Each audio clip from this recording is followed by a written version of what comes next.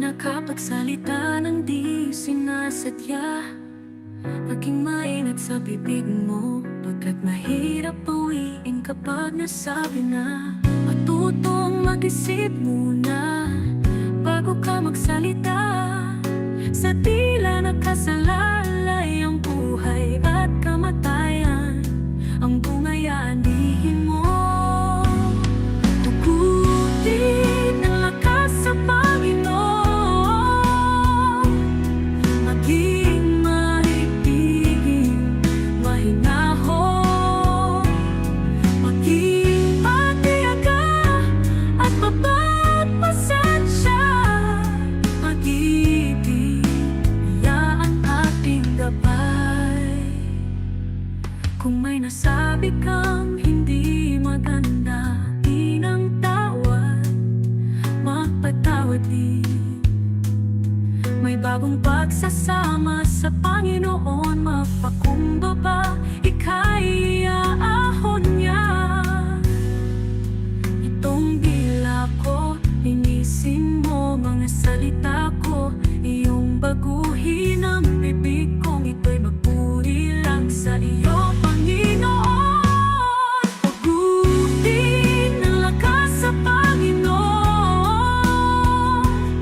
maging maibigin, mahinahon, maging matiyaga at mapagpasensya.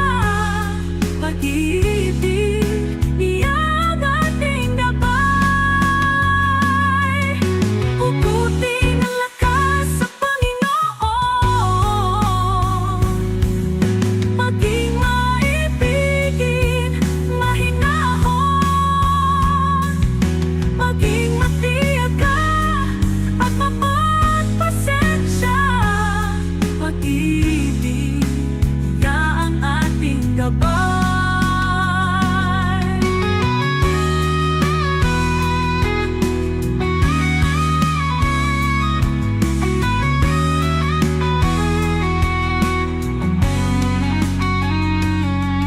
May nasabi kang hindi maganda, di nang tawad, magpatawad din.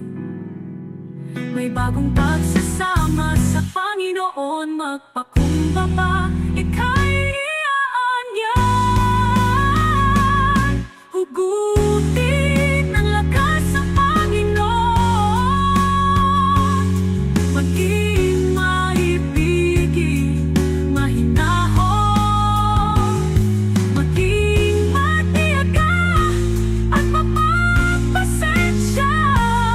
Pag-ibig, yan ang ating gabay.